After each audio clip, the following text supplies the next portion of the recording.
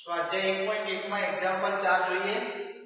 નીચેના ગણોને ગુણધર્મની રીતે લખવા છે.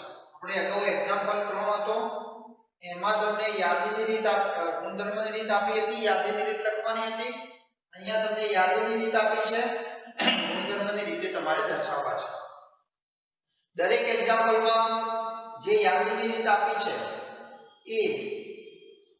એ ઘટકો ને કોઈ એક ચોક્કસ ગુણધર્મથી આપણે લખી શકીએ. એ પ્રમાણે તમારે અહીંયા દરેકને ગુણધર્મની રીતથી લખવા છે. નંબર 1 માં વાત કરીએ જેને આપણે ગણ a વડે દર્શાવીએ. તો ગણ a તરીકે 3 6 9 12 આ સંખ્યાઓને કોઈ એક ચોક્કસ ગુણધર્મથી દર્શાવી શકીએ તો એ આપણી એક ગુણધર્મની રીત થશે. તો 3 6 9 12 તમે જોઈ શકો છો કે જે 3 ના ગુણકમાં છે. તો એવા x કે જ્યાં x બરાબર 3 ના ગુણકમાં એટલે 3n n belongs to capital N અને n ની કિંમત 1 મૂકો તો 3, 2 મૂકો તો 6, 3 મૂકો તો 9, 4 મૂકશો તો 12. તો 4 સુધી n ની કિંમત લેવાની છે. તો 1 less or equal to n less or equal to 4 સુધી આવશે. ઓકે, અહીંયા આપણે ધ્યાન રાખીએ કે તમને જેટલા ઘટક લીધા હોય એ પ્રમાણે તમારે અહીંયા n ની કિંમત 1 થી 4 આપણે લીધી છે. ચલો એ જ રીતે બીજા નંબરમાં વિચારીએ જેમાં તમને ગણ આપ્યો છે અને આપણે નામ b આપીએ. તો b બરાબર 2 4 8 16 32 આ સંખ્યાઓ તમે ધ્યાનથી વિચારીએ. જેમ પહેલામાં 3 નો ગુણક હતો એમ અહીંયા 2 4 8 16 32 તમને ખબર છે 2 ની 1 ઘાત 2 થાય, 2 ની 2 ઘાત 4 થાય, 2 ની 3 ઘાત 8 થાય, 2 ની 4 ઘાત 16 થાય, 2 ની 5 ઘાત 32 થાય. તો આપણે એને દર્શાવી શકીએ છીએ ગુણધર્મથી કે x તો x બરાબર 2n n ની કિંમત 1 2 3 4 અને 5 સુધી રહેવાની. n belongs to capital N. 1 less or equal to n less or equal to 5 થશે. અને આ રીતે આપણે આવા ગુણધર્મ દ્વારા એને દર્શાવી શકીએ છીએ. અહીંયા એ જ રીતનો એક્ઝામ્પલ 3 c નામ આપીએ. એના ઘટકો તમે જુઓ 5 25 125 625. અહીંયા જેમ હતું એમ આ 5 ની 1 ઘાત 5 ની 2 ઘાત 25 થશે, 5 ની 3 ઘાત 5 ગુણ્યા 5 ગુણ્યા 5 125, 5 ની 4 ઘાત. તો સેમ એ જ પ્રમાણે x જ્યાં x બરાબર 5 raised to n પેલા 2 raised to n હતા. n belongs to capital N. 1 less or equal to n less or equal to અહીંયા 5 ની 1 2 3 અને 4 ઘાત સુધી રહેવાના થાય. તો n ની કિંમત 1 less or equal to n less or equal to 4 થશે. ચલો એ જ પ્રમાણે આગળ વિચારીએ. એક્ઝામ્પલ 4 ગણનું નામ b આપી દઈએ.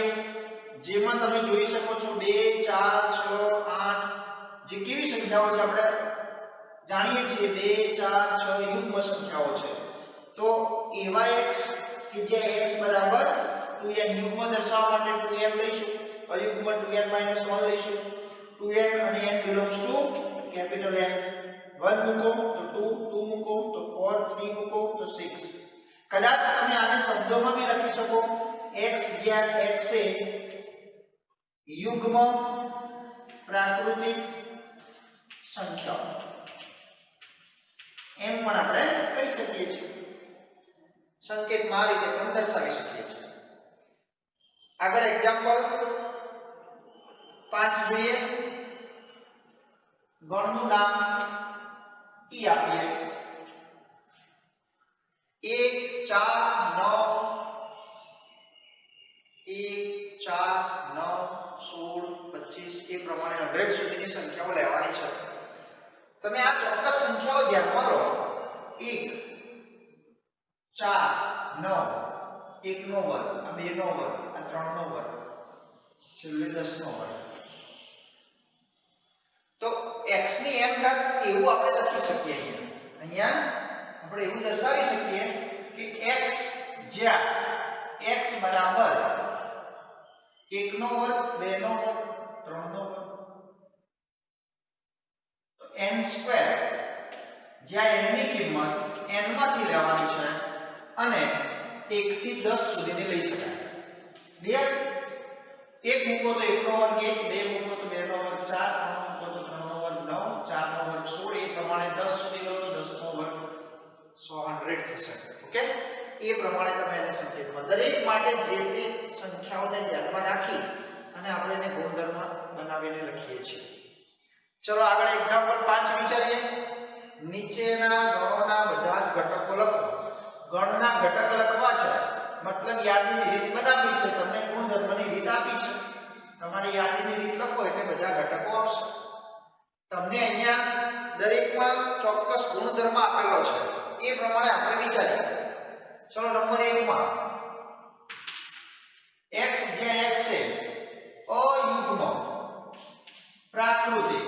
હમણાં જ આપણે પહેલામાં લીધા 2 4 છે એ યુગ્મ પ્રાકૃતિક. હવે અયુગ્મ પ્રાકૃતિક તો અયુગ્મમાં 1 3 5 અને પ્રાકૃતિક સંખ્યાઓ 1 થી શરૂ થાય 1 3 5 7 વગેરે. ઓકે? તો ગણ A માં એના ઘટકો આ રીતે મળશે. ગણ B ની વાત કરીએ.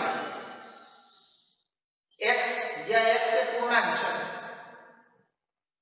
સાથે સાથે -1/2 અને 9/2 ની વચ્ચે છે એવી જ સંખ્યા x લેવાની. જે પૂર્ણાંક તો છે અને 1/2 એટલે 0.5 થશે, રાઈટ?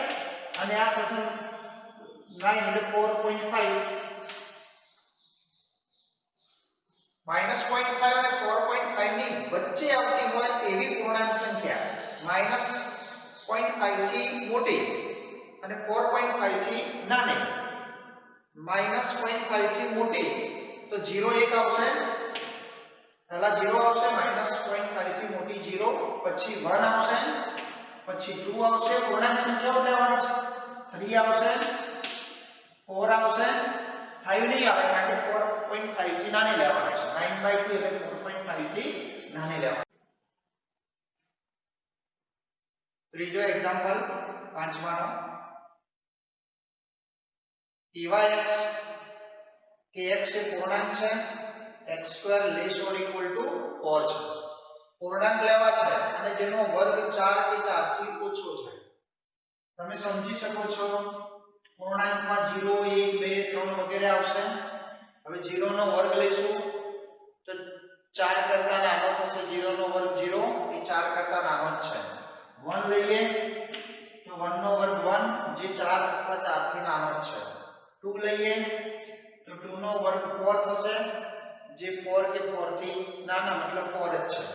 -1 લઈએ તો એનો વર્ગ +1 4 થી નાના થશે.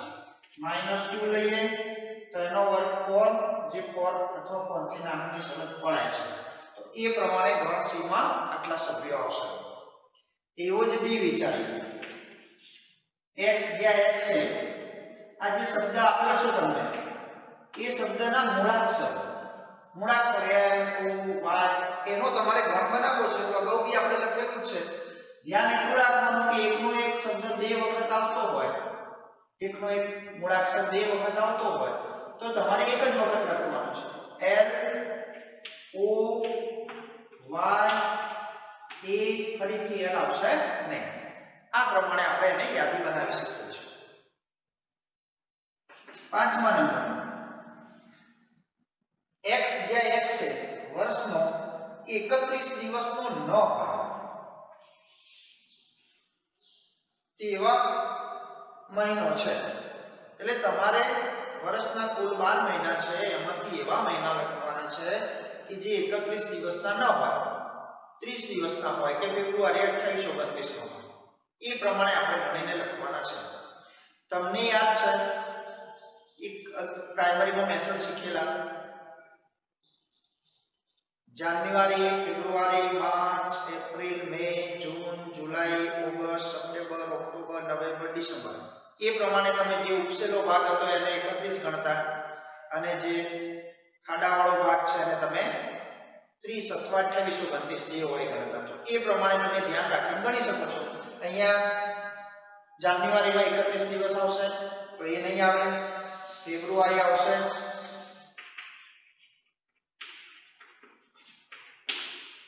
માર્ચ નહીં આવે, એપ્રિલ આવશે, મે નહીં આવે, જૂન આવશે, જુલાઈ અને ઓગસ્ટ 31 ના એટલે જુલાઈ અને ઓગસ્ટ નહીં આવે, સપ્ટેમ્બર આવશે, ઓક્ટોબર નહીં આવે, નવેમ્બર આવશે, ડિસેમ્બર નહીં આવે. આ પ્રમાણે 5 મહિનાનું એમાં લિસ્ટ બનશે. ઓકે, ચલો આગળ છઠ્ઠો એક્ઝામ્પલ. એવા x કે જ્યાં x એ અંગ્રેજી મૂળાક્ષરોની ક્રમાનુસાર યાદી એટલે a b c d e f વગેરે એ યાદીમાં k પહેલાનો વ્યંજન લેવાનું છે અને k પહેલાનો લેવાનો છે. સ્વર આપણને ખબર છે a e i o અને u આ સ્વર છે. એ સિવાયના બાકીના વ્યંજન અને એમાં ક્રમાનુસાર લખીએ કે પહેલા સુધીના લખીએ તો પહેલો એ તો આવશે જ નહીં કારણ કે સ્વર છે. b c d a b c d ફરી પાછો e સ્વર છે એટલે નહીં આવે. a b c d e પછી f g h પછી i એ નહીં આવે. પછી આગળ વિચારો a b c d e f g h i પછી j પછી k પરંતુ k લેવાના થતા નથી. k પહેલાના કીધા છે એટલે j સુધીના ઘટકો આપણે લખવાના થશે અને એ રીતે આપણે એની પણ યાદી બનાવી શકીએ. અહીંયા બધા જ ગણના આપણે જે તે ઘટકો એના ગુણધર્મો પ્રમાણે ક્લિયર કરીએ. સ્વાધ્યાય 1.1 માં એક્ઝામ્પલ 6 જોઈએ. ડાબી બાજુએ યાદીની રીતે દર્શાવેલ આ યાદીની રીતે ડાબી બાજુએ ગણ આપેલા છે. એ ગણોને જમણી બાજુએ તેના જ ગુણધર્મની રીતે દર્શાવેલા અહીંયા ગુણધર્મની રીતે દર્શાવેલા છે. એ ગણો સાથે સાંકળો. આ કોઈ ગણ છે તો એમાં સામે એને ગુણધર્મની રીતે કયો ગણ છે એ આપણે સાંકળવો છે. આના માટે આ તો યાદીની રીત છે તો ક્લિયર જ છે. આ જે ગુણધર્મની રીતે આપ્યા છે એમને આપણે યાદીની રીતે બનાવી દઈએ તો બે ગણની સ્પષ્ટતા થઈ જશે. ચલો આને આપણે વિચારીએ. એક એક ગણ લઈને એના ઘટકો દર્શાવીએ એટલે યાદીની રીત થઈ જાય. x જ્યાં x છે અવિભાજ્ય સંખ્યા છે અને 6 નો અવયવ છે. 6 ના અવયવ હોય અને અવિભાજ્ય હોય એવી બે જ સંખ્યા થાય. 3 દુ 6 2 અને 3. 6 ના અવયવ લેવાના છે પણ એમાં અવિભાજ્ય જ છે એટલે 2 અને 3 જ આવશે. ચલો એ જ રીતે આ ગણ વિચારીએ. દરેકને યાદની રીતે પહેલા લખી દઈએ પછી જોડીએ. x જ્યાં x છે 10 કરતા નાની અયુગ્મ પ્રાકૃતિક સંખ્યા. અયુગ્મ પ્રાકૃતિક સંખ્યાઓ પ્રાકૃતિક એટલે 1 થી શરૂ થાય. અયુગ્મમાં 1 3 5 7 9 વગેરે એમાં 10 કરતા નાની તો 1 3 5 7 9 સુધી આવશે. અયુગ્મ છે પ્રાકૃતિક છે અને 10 કરતા નાની છે એટલે એમાં એટલી સંખ્યાઓ આવશે. ચલો એ જ રીતે આગળ ગણમાં જે ગણ આપ્યો છે વિચારીએ. x જ્યાં x એ પ્રાકૃતિક સંખ્યા છે અને 6 નો અવયવ છે. જો અહીંયા બી 6 નો અવયવ હતો પણ અહીંયા અવિભાજ્ય સંખ્યા લેવાની. અહીંયા 6 નો અવયવ છે પણ પ્રાકૃતિક સંખ્યા એટલે 6 ના બધા જ અવયવ લખવાના થાય તો 1 આવશે 2 આવશે 3 અને 6. જેમાં અવિભાજ્ય જ કીધા હોય તો 2 અને 3 જ આવે. બાકી અહીંયા 6 નો અવયવ અને પ્રાકૃતિક એટલે બધા જ અવયવ આપણે લખવાના થાય જે તમે જાણો છો. છેલ્લામાં x જ્યાં x એ મેથેમેટિક્સ શબ્દનો મૂળાક્ષર છે.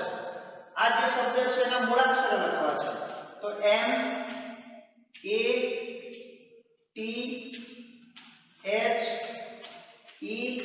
હવે જો m ફરીથી આવ્યો એટલે લખવાનો સવાલ નથી. a તો a પણ ફરીથી આવે છે. t તો t પણ ફરીથી આવ્યો.